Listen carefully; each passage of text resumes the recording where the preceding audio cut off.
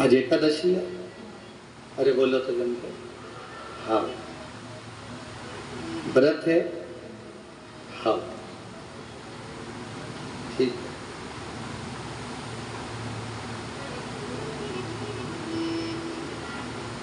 बहुत सारे लोग हैं। कई लोगों को हमारी बात बुरी भी लग जाए, कोई भरोसा नहीं, और लग जाए तो लग जाए। आग लगे बस्ती में, लग जाए तो लग जाए। कई लोग हैं गूगल पे सर्च कर रहे हैं, कई लोग हैं यूट्यूब पे सर्च कर रहे हैं, कई लोग हैं फेसबुक पे सर्च कर रहे हैं आज कौन सी एकादशी, और एकादशी के साथ में आज क्या खाऊं, इस एकादशी में क्या खाया जाता है। कई लोग सर्च कर रहे हैं। प्रदोष का व्रत है, प्रदोष के व्रत में आज मान लो मंगलवार का प्रदोष है, मान लो सोमवार का प्रदोष है, मान लो गुरुवार का प्रदोष है, तो प्रदोष में मैं क्या खाऊं, आज के व्रत में क्या खाया। लोग नेट पर सर्च करते हैं, लोग गूगल पर सर्च करते हैं, किताबों में ढूंढते हैं, पोथी पुराणों में ढूंढते हैं क्या खाया जाए।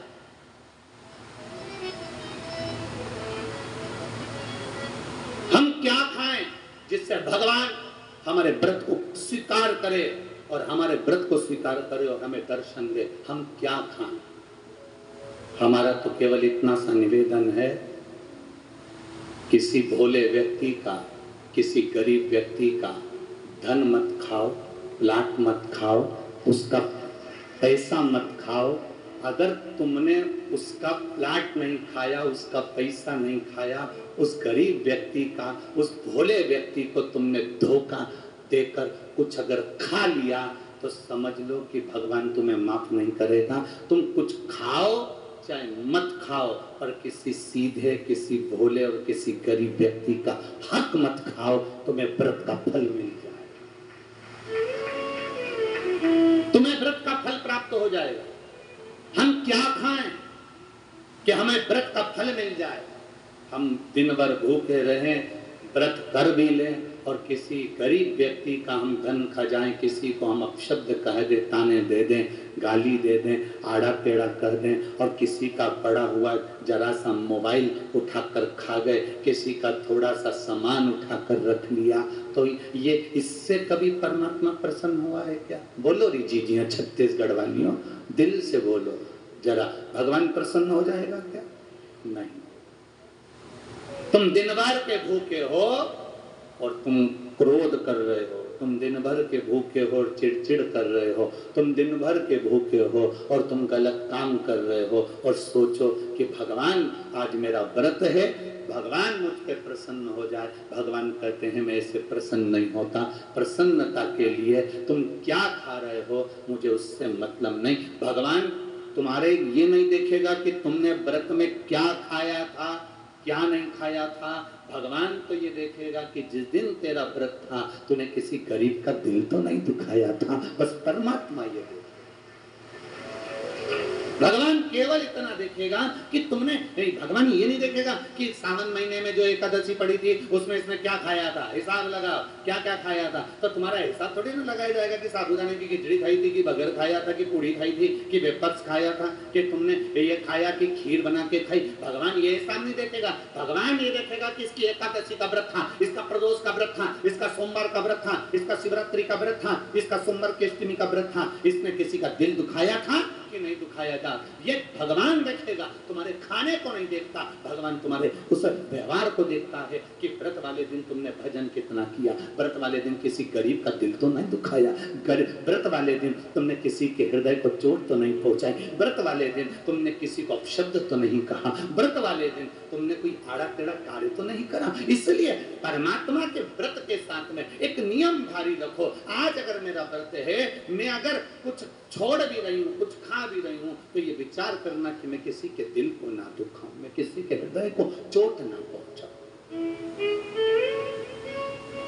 मैं किसी के चित्त को कोई चोट ना दूं। मरने के बाद कितने लोगों को भोजन कराया ये मायना नहीं रखता। मरने के बाद तुम कितने लोगों को भोजन कराए ये मायना नहीं रखता। मायना ये रखता है कि तुम जिंदा जी कितने लोगों को भोजन कराए, वो जरूरी है। तुम्हारे गांव में शिव महापुराण की कथा हुई, बालोद में शिव महापुराण की कथा हुई, सावन का महीना, 5 दिन की शिव पुराण की कथा मिली, 5 दिन की शिव महापुराण की कथा मिली। तुम्हें धन्यवाद देना चाहिए। ये जितने भी यजमान परिवार हैं, इन सभी यजमानों को हम तो देखो इस व्यासपीठ से केवल ये कामना कर सकते हैं, हम ये जानते हैं 5 यजमान, 10 यजमान, 20 यजमान, 25 यजमान, 30 यजमान, 35 यजमान, 40 यजमान, 50 यजमान, जितने भी यजमान हैं हमारी जिह्वा पर उनका भले नाम ना आए, पर इतना याद रखना कि तुम वो यजमान हो जिसको शंकर भगवान ने पसंद कर कर रखा है, उसको पसंद, वो महादेव ने तुमको पसंद कर कर रखा। कोई कोई सोने की रकम ऐसी होती है जो किसी को दिखाई नहीं देती, कोई कोई सोने की रकम ऐसी होती है जो किसी को दिखाई नहीं जाती। उसमें ये यजमान जितने भी बने हुए हैं, आप वो हीरा हो, वो सोना हो, भगवान को धन्यवाद देना कि ये 5 दिन की कथा के हमें यजमान पद हुए। हम अगर थोड़ा बहुत देकर भी अगर कहीं यजमान पद प्राप्त करे तो ये उसकी उदारता होगी, कुछ तो उसने कृपा करी होगी जो हमारी जिंदगी सवार दी होगी। नाम मूल नहीं है, बैनर मूल नहीं है, शब्द मूल नहीं है, मूल है आपका किया गया समर्पण।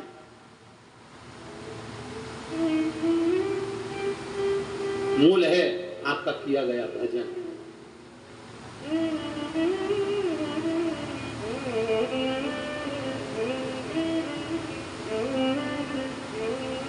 मूल भगवत स्मरण।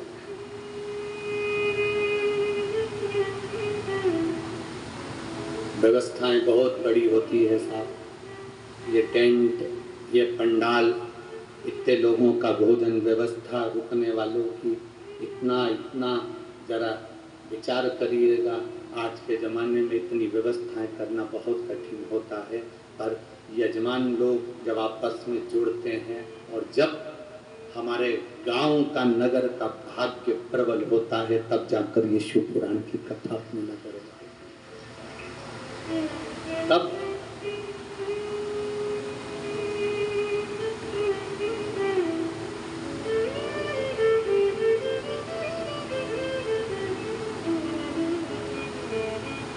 भक्ति के बल को बढ़ाना है, अपने विश्वास को दृढ़ बनाना है।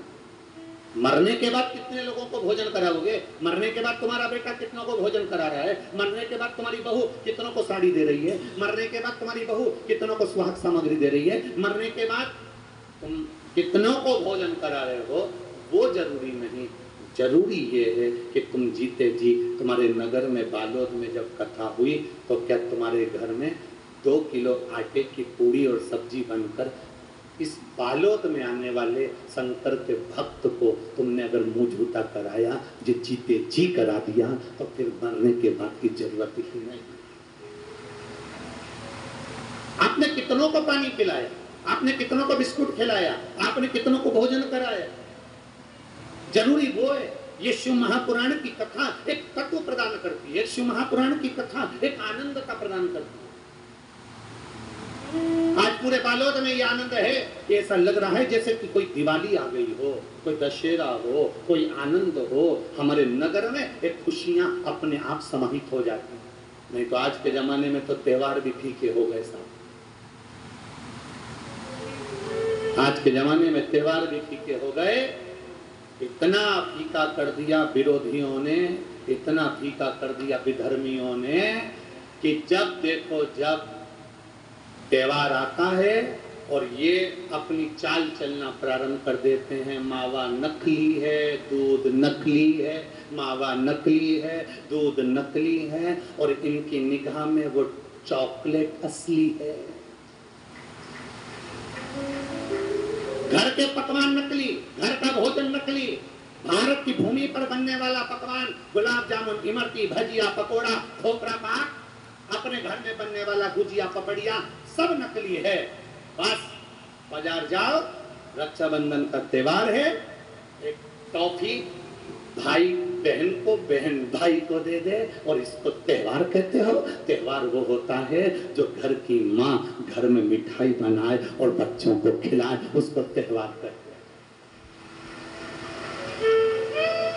फीका कर दिया त्योहारों को। जो भी त्योहार आते हैं या तो 2 हो जाएंगे, 3 हो जाएंगे, या फिर इतने छोटे हो जाएंगे कि उसमें आप विचार करते रहोगे कि मैं कल मनाऊं कि परसों मनाऊं। बस इसी विचार में पड़ते रहेंगे और हमारा सनातन धर्म का जो हमारा एक आनंद है, हमारे जीवन का जो सुख है, त्योहार का जो उत्साह है, त्योहार का जन्माष्टमी आती थी पहले लोग ऐसी जन्माष्टमी मनाते थे, रामनवमी आती थी पहले रामनवमी मनाते थे, रक्षाबंधन आता था पहले रक्षाबंधन खुशियों से मनाते थे, जब होली आती थी होली खुशियों से मनाते थे, दिवाली आती थी दिवाली खुशियों से मनाते थे, संक्रांति आती थी संक्रांति खुशियों से मनाते थे। जितने त्योहार आते थे एक आता था और उसमें उत्साह, उमंगता, आनंदता होती थी। आज के जमाने में इतना इतना बांट दिया, इतना इतना बांट दिया कि त्योहार को भी 2-4 कर दिए तो लोग विचार में पड़े रहते हैं। अब करें तो करें क्या, अब विचार करें तो करें क्या।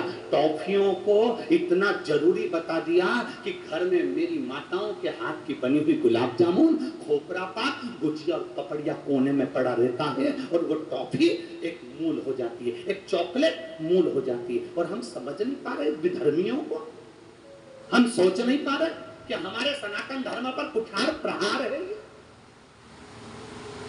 हमारे सनातन धर्म को नष्ट करने का प्रहार है ये। त्योहारों पर कौन सा एक किसी ने बता दिया, कौन से शास्त्र, कौन से वेद और कौन से पुराण में लिखा है कि त्योहार पर बहन भाई को तिलक लगाए तो टॉफी खिलाए, चॉकलेट दे। यह हमारा सभ्यता, हमारी संस्कृति और हमारा संस्कार नहीं है। यहाँ तो ये नियम है, बहन भाई को जब राखी बांधे तो बांधने पर उसने अपनी माँ से जो मिठाई बनाई हो वो थाली में रखी हो और बहन भाई को और भाई बहन को खिलाए तो माता पिता का आशीर्वाद उसके शरीर में पहुंच जाए, उसके जीवन में।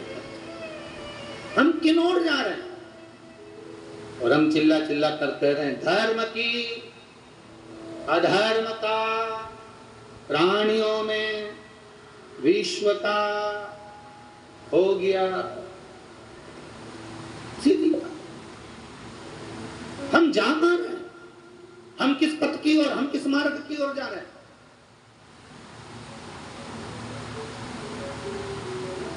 भ्रम में पड़ गए, विचारों में पड़ गए, हम भ्रमित हो रहे हैं। भ्रमित, एक ने कह दिया, सियोर वाला महाराज कहता है शंकर जी पे चढ़ा हुआ जल पीना चाहिए, सियोर वाले महाराज कहते हैं बेलपत्री चढ़ी हुई खाना चाहिए। फिर कहीं का आ गया जिसको सियोर वाले महाराज का विरोध करना था, उसने कह दिया ना जल पियो ना बेलपत्री खाओ, नहीं तो तुम्हारा जीवन ऐसा हो जाएगा। ये विरोध शास्त्र का नहीं है, ये सियोर वाले महाराज का है कि इन्होंने अगर बोला है तो उसका विरोध करना, इन्होंने बोला दुर्वा चढ़ाओ उसका विरोध करना, इन्होंने बोला चावल चढ़ाओ इसका विरोध करना। और दुनिया के लोग उनके झाले में पड़ जाते हैं। हमारा नियम निवेदन है, ना तुम सीहोर वालों की मानो ना तुम किसी की मानो। गीता प्रेस गोरखपुर की शिव पुराण बाजार से लेकर आओ, उसको दिल से धीरे धीरे पढ़ो, उसमें सब मिल जाएगा तुमको जो सीहोर वाला अपनी व्यासपीठ से बोलता है। स्कंद पुराण लाओ, नर्मदा पुराण लाओ, लिंग पुराण लाओ, देवी भागवत लाओ, ब्रह्म विवर्त पुराण लाओ, सारी पुराणों को घर में लाकर रखिए और एक एक पुराण का धीरे धीरे अध्ययन करो कि सियोर वाला महाराज कहीं अलग जगह से तो नहीं बात रहा। एक एक पुराण का अध्ययन करो। केवल फेसबुक, यूट्यूब और मोबाइल पर ज्ञान नहीं मिलता कि आप थोड़ी देर खोल के बैठ कर आपने ज्ञान ले लिया, ये तो हमने पढ़ा था शास्त्र में। ऐसा शास्त्र को पढ़िए, वेद को पढ़िए, अपने पुराणों को पढ़िए, उसका अध्ययन करिए कि बेलपत्री का चरित्र कहाँ वर्णन करा। एक बेलपत्र दान का जो वर्णन हमारे शास्त्रों में किया गया, एक वृक्ष लगाने का फल हमारे शास्त्रों में कहा गया, एक भूखे व्यक्ति को भोजन कराने का फल हमारे शास्त्रों में कहा गया, उसको पहचानिए। एक नवयुवक लड़का अपने पिता के सिंहासन पर बैठ गया, तो उसने अपनी प्रजा से पूछा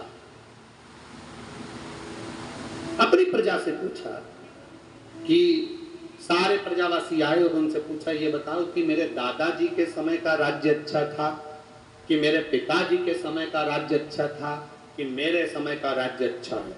जितने लोग मेरे नगर के बुजुर्ग बड़े जो बैठे हैं, सभा में जितने बैठे हैं, सब बताओ मेरे पिता के समय का राज्य अच्छा था कि मेरे दादाजी के समय का राज्य अच्छा था कि मेरे समय का राज्य अच्छा है, ये बताइए। कोई बोलने को तैयार नहीं, क्योंकि राजा का लड़का है, अब तो राजघराने पर राजा के सिंहासन पर ये बैठा है। हम बोलेंगे कुछ आड़ा टेढ़ा निकल गया तो बुरा लग जाएगा, तो हम क्या बोलें, हम क्या कहें इसको?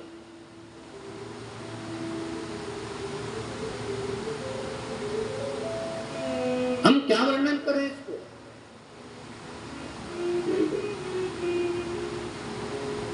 क्या बखान करें हम इसको? कोई नहीं बोला। तब एक बुजुर्ग, एक बूढ़ा सा व्यक्ति बोला, महाराज मैं कहना चाहता। राजा ने कहा, खुशी खुशी बोलिए। हमारे दादा के समय का राज्य अच्छा था, हमारे पिताजी के समय का राज्य अच्छा था कि हमारे समय का राज्य अच्छा है, बताओ। इतने में बूढ़ा व्यक्ति बोला, मैं ये तो नहीं बता सकता, पर इतना जरूर बता सकता हूँ, जब हम बाल्यावस्था में थे, आपके दादाजी का जब राज्य चल रहा था, उस समय पर मेरे जीवन में घटना घटी। क्या घटना घटी? घटना ये घटी कि एक बार मैं लकड़ी काटने जंगल में गया, जंगल से लौट रहा था तो एक सुंदर अबला स्त्री रो रही थी। एक सुंदर अबला स्त्री एक जंगल में रो रही थी। सुंदर अबला स्त्री जब जंगल में रो रही थी, तब मैं उस स्त्री के पास गया। मैंने कहा, क्या बात है, अब क्यों रो रही हो? कहा, मेरी विदाई कराकर मेरे ससुराल वाले मुझे लेकर जा रहे थे, डाकुओं ने आक्रमण कर दिया, परिवार के लोगों को ना जाने कहां फेंक दिया। मैं उनसे बचकर, क्योंकि मेरे शरीर पर कीमती जेवर हैं, इसलिए मैं उनसे छुपती हुई यहाँ आकर पेड़ के नीचे बैठ गई। क्या आप मुझे मेरे ससुराल पहुंचा दोगे? क्या आप मुझे मेरे ससुराल पहुंचा दोगे? क्यों नहीं, कौन सा गांव है तुम्हारा? मेरा वाला गांव है। इतने में उस व्यक्ति ने कहा कि मैंने देखा है तुम्हारा गांव, चलो तुम्हारे ससुर का नाम क्या है ये, चलो मैं तुम्हारे घर पहुंचा दूंगा, वो तो मैं पहचानता हूँ, चलो। उस अबला स्त्री को लेकर, वो बूढ़ा व्यक्ति कह रहा है, मैं उस अबला स्त्री को लेकर उसके घर पहुंच गया।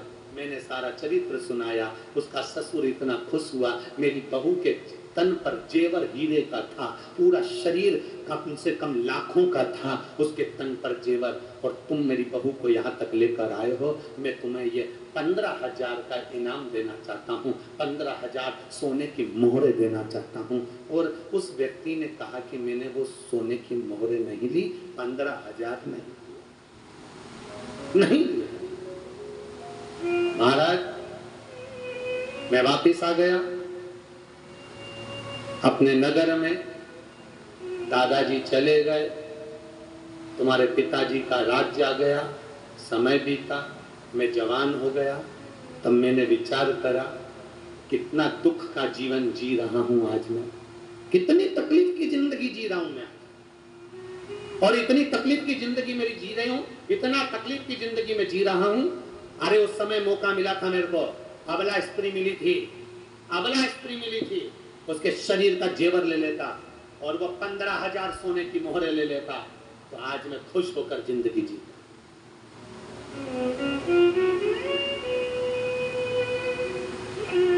आज मैं खुश होकर जिंदगी जीता। उसके शरीर पर इतना महंगा जेवर था, सब छुड़ा लेता, कौन देख रहा था मुझे, और मैं सोने की मोहरें भी ले लेता। महाराज, आज मैं आपके राज्य पाट में हूं, आज मेरे मन में इतना दुख होता है क्योंकि मेरे पास कुछ नहीं है। मेरे मन में आया कि उस अबला स्त्री को भी मैं अपना बना लेता और अपनी पत्नी बनाकर रख लेता। सुंदर बहुत थी, युवान थी, और पैसा भी पूरा ले लेता और जेवर भी पूरा ले लेता, महाराज आज मैं करोड़ों में खेल रहा होता। तो इतने में राजा के लड़के ने पूछा, तुम हमें कहना क्या चाहते हो? बस बूढ़े व्यक्ति ने कहा, मैंने दादाजी का राज्य बता दिया, पिताजी का राज्य बता दिया, आपका राज्य बता दिया, अब इससे ज्यादा कुछ नहीं कह सकता। राजा के लड़के के आंख से आंसू बहने लगा।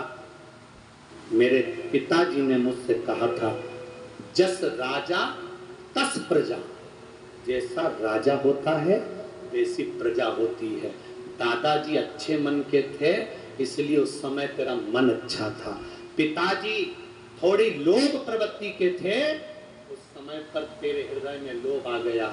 और आज मैं युवान स्त्रियों को देखकर उन्हें अपना बनाने का भाव रखता हूँ, इसलिए तेरे मन में वो भाव आ गया। तूने तीनों का बल एक ही कहानी में बता दिया कि तीनों का राज्य कैसा है, तीनों का राज्य कैसा है। हमारी सोच, हमारी वृत्ति, हमारा भाव, हम हमारे घर में रह रहे हैं, हमारे घर के बुजुर्ग की सोच क्या है, हमारे घर में भोजन बनाने वाले की सोच क्या है, हमारे घर में रहने वाले का विचार क्या है, हमारे घर में, हमारे गांव में, हमारे नगर में जो रह रहा है। अच्छा, नगर का कोई अध्यक्ष है, गांव का कोई प्रतिनिधि है, गांव का कोई मूल व्यक्ति है, अगर वो ठीक है, उसका भजन ठीक है, उसकी कार्यशैली ठीक है, उसका स्मरण ठीक है, उसकी भक्ति ठीक है, तो आपको भक्ति में मन लगेगा। और जो व्यक्ति कहीं ना कहीं डामाडोल है, तो आपका भक्ति में मन नहीं लग सकता, आपका भजन में मन नहीं लग सकता।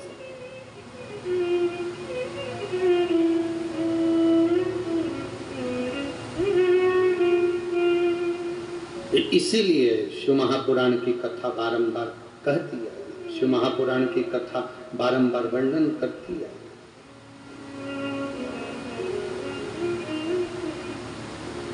भगवान शंकर की कथा वर्णन करती है।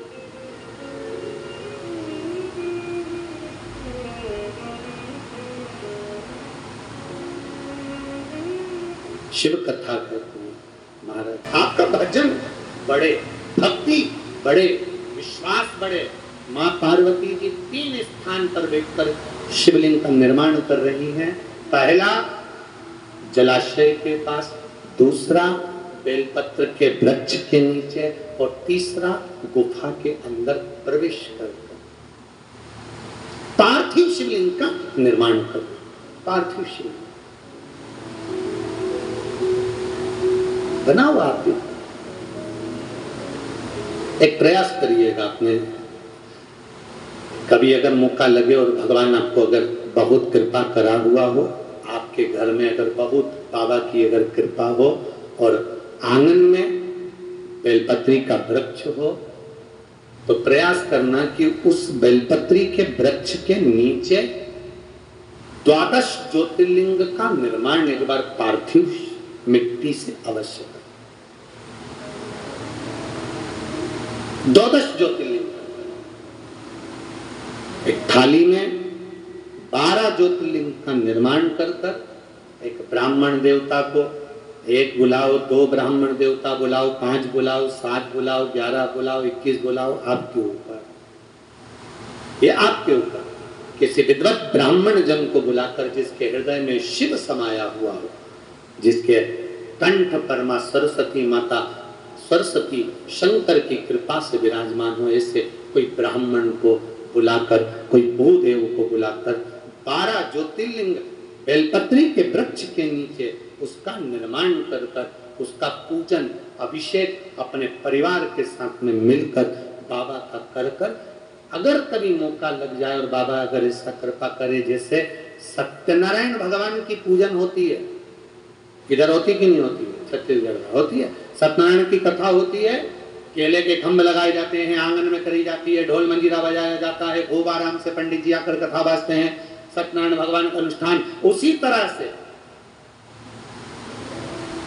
मणि शिवलिंग शिव महापुराण की कथा कहती है, अपने आंगन में अगर बेलपत्र का वृक्ष हो तो उस वृक्ष के नीचे 12 ज्योतिर्लिंग का निर्माण कर कर ब्राह्मण देव को बुलाकर अभिषेक पूजन का अनुष्ठान कर कर फिर बाबा का स्मरण कर कर बड़े आनंद के साथ शाम के समय उस ज्योतिर्लिंग का फिर जो 12 बनाए हैं उसका विसर्जन भाव के साथ में, आनंद के साथ में बन सके, ब्राह्मण आदि संत गुरुजन बड़े बुजुर्ग इनका श्रेष्ठ भोजन कराकर अपने घर में एक आनंद का अनुभूति करें। कहते हैं उससे हमारे घर में शिव तत्व की प्राप्ति होती है और बाबा की कृपा बनी रहती है। शिव तत्व की कितना ज्योतिर्लिंग 12 ज्योतिर्लिंग का निर्माण अगर अपने घर में बेलपत्र का वृक्ष है तो अवश्य करें। आपको मौका मिला है महीने 2 महीने 6 महीने 8 महीने में साल भर में, और बाबा से ऐसा प्रार्थना भी करें कि बाबा ऐसी कृपा करना, मैंने जो मांगा अगर वो पूरा होता है तो मैं 12 ज्योतिर्लिंग का निर्माण कर कर पूजन अवश्य करूं। ये तेरी कृपा बनी रहे, तेरी करुणा बनी रहे। करो एक अविरल भक्ति के साथ, एक विश्वास और दृढ़ता के साथ।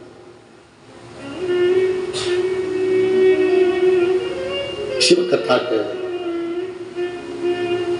अपने भीतर जब निर्मल भक्ति होगी, अपने भीतर जब विश्वास दृढ़ होगा, आनंद होगा, तो सुख का अनुभव होगा।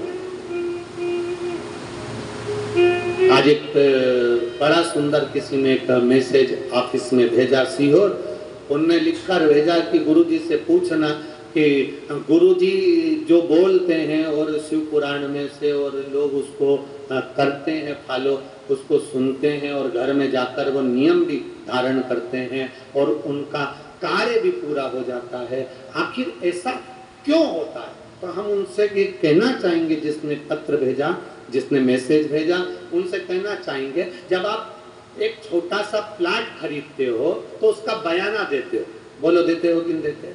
बयाना देते हो तो उसकी लिखा पढ़ी एक ऐसा कागज रहता है, स्टाम्प, सही है, 50 रुपए का, 100 रुपए का, 200 रुपए का, 1000 रुपए का स्टाम्प पर उसकी लिखा पढ़ी होती है। क्यों होती है? तुमने प्लाट लिया, 10 लाख दिए, 5 लाख दिए, 2 लाख रुपए दिए, एक 100 रुपए के कागज पर, 50 रुपए के कागज पर तुमने लिखा पढ़ी करी। लिखा पढ़ी क्यों करी? उसका कारण केवल ये है कि मुझे खुद को चैन की नींद आ जाए कि मेरे पास लिखा पढ़ी है, मैंने जो पैसा दिया वो सही जगह दिया, मतलब कभी भी ये कागज मेरे काम आ